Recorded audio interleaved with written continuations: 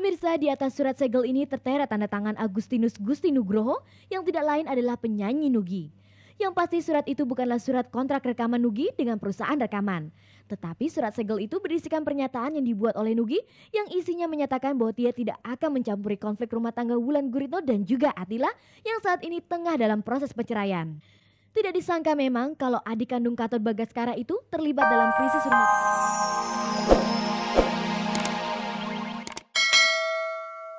Inisiatif mereka, saya dijemput, dikasih makan, dibawain gitarnya, kemudian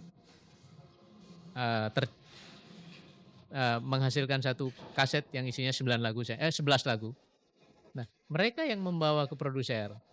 Saya tidak tahu dan saya sebenarnya tidak mengizinkan mereka untuk membawa itu. Setelah 20 tahun bertahan dengan satu karakter musik dan selalu membawakan lagu-lagu sendiri dalam album-albumnya, perjalanan karir bermusik Ebit GAD boleh dibilang cukup gemilang. Kini di usianya yang telah menginjak 40 tahun, adakah hal khusus yang sudah dipersiapkan Ebit menjelang hari tuanya nanti? Saya kira beranjak dewasa, beranjak tua itu adalah satu perjalanan hidup yang harus kita lewati. Jadi kita hayati saja, kita ikuti perjalanan ini dengan dengan tawakal. Aku sendiri terpaku menatap langit.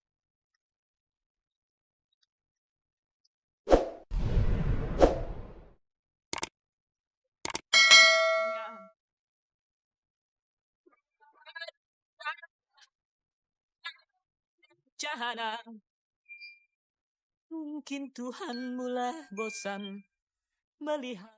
Pemirsa, kehadiran Tommy Soeharto dimanapun adanya memang selalu menarik untuk diketahui. Beberapa waktu yang lalu saat kedatangannya ke Rumah Sakit Pusat Pertamina Jakarta untuk menjenguk bapaknya, tim Cek dan Recheck juga hadir di sana untuk meliput. Seperti apakah situasinya ketika itu? Langsung saja kita simak liputannya.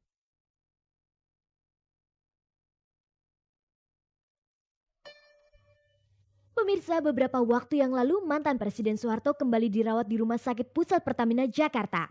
Bekas orang nomor 1 di Indonesia itu kembali dirawat lantaran penyakit radang paru-paru yang dideritanya. Yang menarik dari kejadian ini, Tommy Soeharto yang memang masih ditahan lantaran terlibat sejumlah kasus diperbolehkan menjenguk bapaknya itu. Cek dan Recheck mencoba merecek langsung ke lokasi di mana Pak Harto dirawat. Seperti juga kunjungannya ke tempat lain, Tommy yang siang itu tampil mengenakan kemeja biru dan celana panjang berwarna gelap datang dengan pengawalan yang cukup ketat.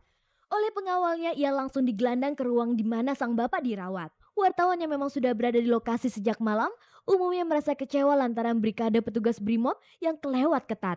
Sementara itu, sekitar 1 jam setelah menemui bapaknya, Tommy dan pengawalnya langsung keluar dengan cara menerobos kerumunan wartawan. Mereka langsung menaiki mobil kijang berwarna biru yang membawanya. Tidak satupun pertanyaan yang dilontarkan wartawan ketika itu dijawabnya. Meski demikian, sempat beredar kabar bahwa kondisi Pak Harto sedikit mulai membaik setelah dikunjungi oleh putra bungsunya itu. Tapi menurut dokter yang memeriksanya, Pak Harto tetap dinyatakan dalam keadaan kritis atau status quo. Selain Tommy, beberapa anak serta kerabat Pak Harto juga datang menjenguk. Di antaranya yang sempat terlihat adalah Titi Prabowo, Tata Tommy Soeharto, Mamik Martina Sudikuatmono, Jaksa Agung Muda Tindak Pidana Mochtar Arifin, serta mantan Wakil Presiden Sudarmono. Sayangnya tak satu pun dari mereka itu yang bisa dan bersedia untuk dimintai komentarnya. Meski begitu, Cek dan Recheck berhasil mencegat Titi Prabowo yang datang tanpa pendamping dan mewawancarinya meski hanya beberapa kilas. Apa komentar Titi tentang keadaan bapaknya? Baru mau datang. Nggak tahu. Dan Mbak Tutut sama Mami yang nginep sini. Menurut Titi, sebelum dibawa ke rumah sakit, kondisi kesehatan Soeharto memang sudah memburuk. Kalau boleh tahu, seperti apakah kondisi buruk yang dimaksud Titi itu? Udah sakitnya agak berat. Ya udah pakai infus, nggak bisa jalan, udah di tempat tidur aja. Dibanding keluarga Pak Harto yang lainnya, Titi termasuk yang paling pagi datang ke rumah sakit itu. Ia tiba di rumah sakit lebih awal dibanding Tommy, ya ini sekitar pukul 7 pagi, masih dengan mengenakan pakaian olahraga. Agaknya Titi tidak tahu persis bahwa Tommy akan datang menjenguk ke rumah sakit siang itu. Saya nggak tahu ya, mungkin mudah-mudahan boleh. Ya, kasih. Kedatangan Jaksa Agung Muda Tindak Pidana Mochtar Arifin saat itu memang cukup mengundang perhatian sejumlah wartawan. Ia memang bersedia diwawancarai. Tapi betulkah kedatangan Mochtar Arifin ini berkaitan dengan dirawatnya Pak Harto di rumah sakit itu? Saya kebetulan nih kedatangan saya ke sini ada keluarga juga yang sedang dirawat di sini. Sementara ini saya belum bermaksud untuk menengok Pak Harto, biar kita beri kesempatan dulu kepada tim medis untuk menangani kesehatan Pak Harto. Selain Jaksa Agung Muda, pengacara Tommy Soeharto Elsa Syarif juga datang menjenguk sekitar pukul 8:30 pagi. Seperti juga penjenguk yang lainnya, Elsa juga tidak banyak komentar mengenai kunjungan Tommy ketika itu. Tujuan dari Tommy untuk ketemu bapaknya adalah dalam rangka untuk membesarkan hati atau mengembirakan Pak Soeharto supaya dapat mengatasi sakitnya ini.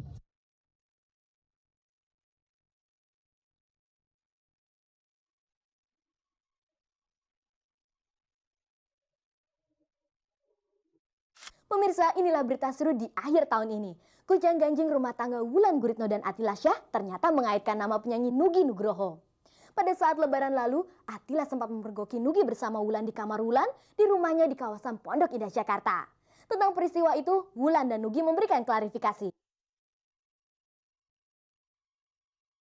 Pemirsa, di atas surat segel ini tertera tanda tangan Agustinus Gusti Nugroho yang tidak lain adalah penyanyi Nugi. Yang pasti surat itu bukanlah surat kontrak rekaman Nugi dengan perusahaan rekaman. Tetapi surat segel itu berisikan pernyataan yang dibuat oleh Nugi yang isinya menyatakan bahwa dia tidak akan mencampuri konflik rumah tangga Wulan Guritno dan juga Attila yang saat ini tengah dalam proses perceraian. Tidak disangka memang kalau adik kandung Katon Bagaskara itu terlibat dalam krisis rumah tangga Wulan dan Attila. Memang sejak 4 bulan yang lalu muncul rumus di kalangan selebritis kalau Wulan Guritno menjalin hubungan khusus dengan Nugi.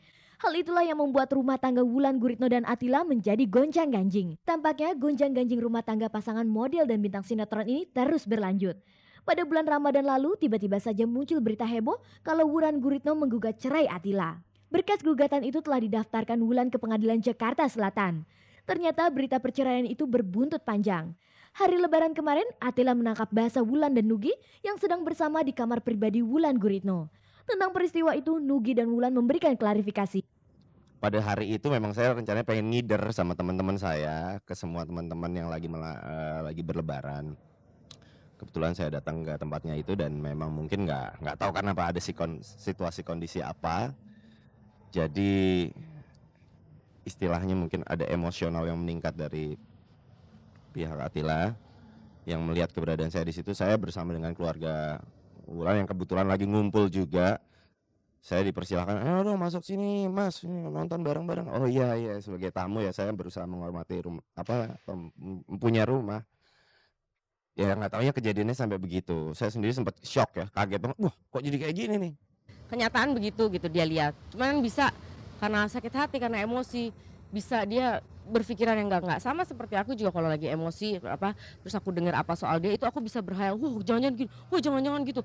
Jika memang dalam peristiwa itu tidak ada hal-hal yang memberatkan Nugi dan Wulan, lantas mengapa Nugi mau membuat surat pernyataan di atas segel yang isinya berintikan tidak akan mengganggu keluarga Wulan dan Attila? Saya sebagai orang yang ada di situ yang dicurigai, maksudnya dilihat, wah nih menjadi ini nggak enak gitu loh. Ya udah kalau lo udah melihat seperti itu, keberadaan gue mengganggu, ya udah lebih baik gue menyatakan diri gue sama sekali nggak punya hati di sini gitu. Lantas apa yang dimaksud dengan pernyataan Nugi dalam surat tersebut yang tidak akan terlibat dalam masalah rumah tangga Wulan dan Attila? Dengan itikat untuk memperlihatkan bahwa saya nggak pengen ikut campur bener-bener gitu loh.